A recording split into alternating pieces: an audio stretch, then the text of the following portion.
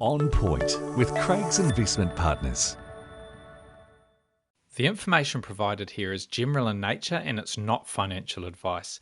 It doesn't take into account your situation, objectives, goals, or risk tolerance. All investments are subject to risks and none are guaranteed. Before you make any investment decisions, we recommend you contact an investment advisor. For more information about our services or to view the Craig's Investment Partners Financial Advice Provider Disclosure Statement, please visit our website, which is craigsip.com. Welcome to On Point. I'm Mark Lister, Investment Director at Craig's Investment Partners, and I'll be talking about a range of topics including economics, portfolio strategy, investor education, and anything else that's happening out there in financial markets. 3 US stocks are now bigger than 4 entire sectors of the US share market. That's not an exaggeration for effect, it is the reality of today's markets. Nvidia, Microsoft and Apple together make up more than 1/5, that's more than 20% of the S&P 500 by market cap. Now to put that in perspective, that is more than the combined size of the 4 traditional defensive sectors of the market: healthcare, consumer staples, utilities and real estate. Now, admittedly, these 3 companies are special. Nvidia is the AI poster child, while there's much more to Microsoft than Excel spreadsheets and Apple to iPhones. These companies represent entire ecosystems in their own right. But it's still an astounding statistic, isn't it, that 3 businesses rival entire swathes of industries that employ millions of people, generate steady profits, and have long been seen as portfolio ballast.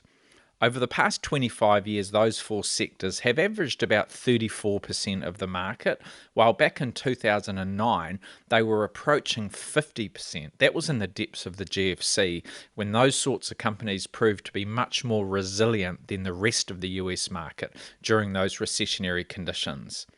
But this market concentration has been steadily building over recent years, and that last stretch has been very dramatic. Today, these big 3 essentially define the market's performance. It's fantastic stuff if you're on the right side of it, and by default, investors in passive ETFs or funds largely have been.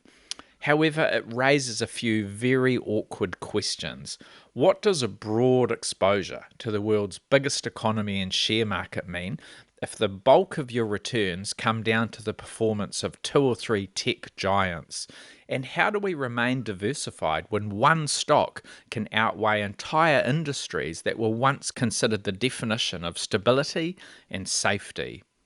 There's another wrinkle because many US funds and ETFs operate under long-standing diversification and tax rules, which were designed to stop portfolios becoming overloaded in just 1 or 2 names. When an index becomes too concentrated, those same funds can't track it precisely. That's why some sector ETFs often cap the size of their biggest holdings or use slightly modified versions of their own benchmark. This issue has become so pronounced in recent times that even some of the index providers themselves have been forced to act. FTSE Russell, which is one of the more influential benchmark creators, recently changed some of their rules that had been in place for decades to stop a handful of stocks overwhelming its flagship indices. The Investment Company Act of 1940, sometimes called the 40 Act, and the Regulated Investment Company Tax Rules, the RIC rules, they have governed US funds for more than 80 years, but these were designed for a much broader and more balanced market than we see today. The market today has become so top-heavy that those same scorekeepers have had to fine-tune and rewrite their own rules of the game. This isn't unique to America, and in fact the issue is even more pronounced here in New Zealand. Our 3 biggest companies, Fisher & Paykel Healthcare, Auckland Airport and Infratil, make up a staggering 35% of the NZX 50 index. So if you buy a passive fund that follows our benchmark index, the NZX 50, you're increasingly betting on those 3 companies doing well. Now, there's no question that these are all excellent businesses, the ones we've talked about here in New Zealand and those US tech behemoths. They're all fantastic. However, I'm just not sure I want to be that concentrated, either here or abroad. Nobody can deny the innovation that's coming out of today's technology sector, or the enormous gains that it's delivered to investors. Nvidia and friends have really earned their place at the top, but the sheer size of this group now means that the market is much less balanced than the labels might suggest.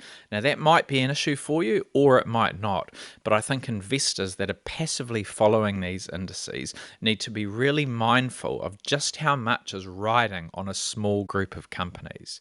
Now, if this concerns you, if you want to know more, if you want to look at your portfolio and ensure that you have got the appropriate diversification in place, especially to some other markets, to some of those other sectors that aren't in the spotlight as much as technology and AI, it's a great time to get in touch with your advisor. So touch base with us. We'd love to talk and help if we can. Thanks for listening, team. We'll speak again soon.